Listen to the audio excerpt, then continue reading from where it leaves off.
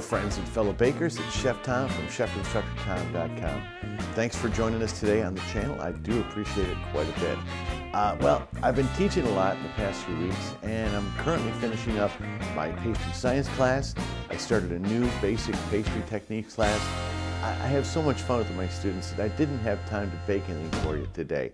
So we'll go back to baking very soon, but right now I do have a quick tip for you today about failure.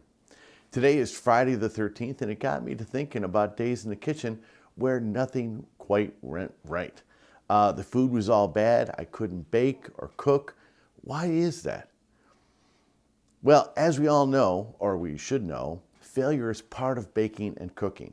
When we first start out learning to cook, we may have some early success, but there are challenges that await us.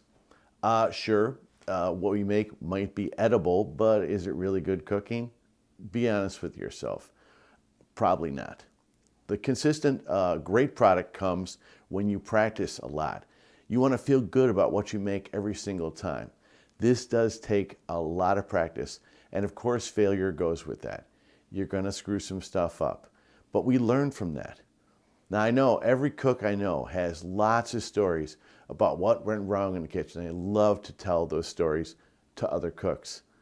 And it's pretty funny when you sit around with other cooks. They like to tell just unbelievably horrible stories about themselves.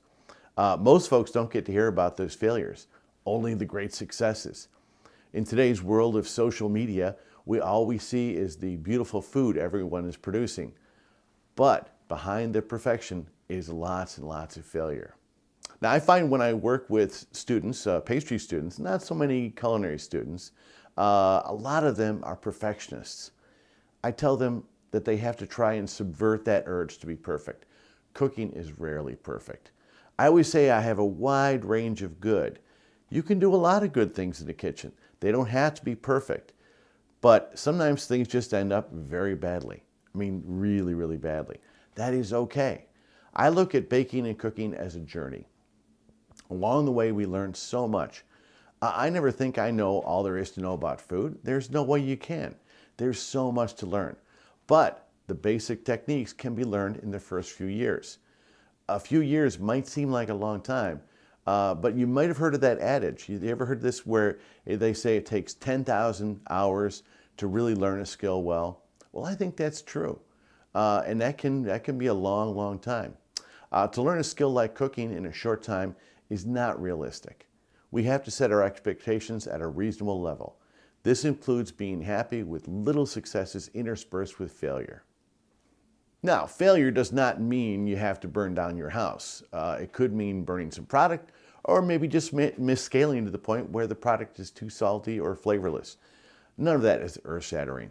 It may seem so at the moment because your dish is ruined, but it's part of your journey. Enjoy it, embrace the failure. Make mistakes, you'll learn from them. When we're having a bad baking day, we may want to fix it. You can give it a try, but sometimes we just have a bad day. Stuff just doesn't turn out. Don't give up on cooking and baking. Maybe just take a break for that day and come back to it the next day. I always find whenever I have a particularly bad baking day, the day after is always amazing. Well, thanks for checking out the channel today. I do appreciate that. Like I said before, please like and subscribe if you find this content interesting or helpful or both. Have a great baking day. Happy baking.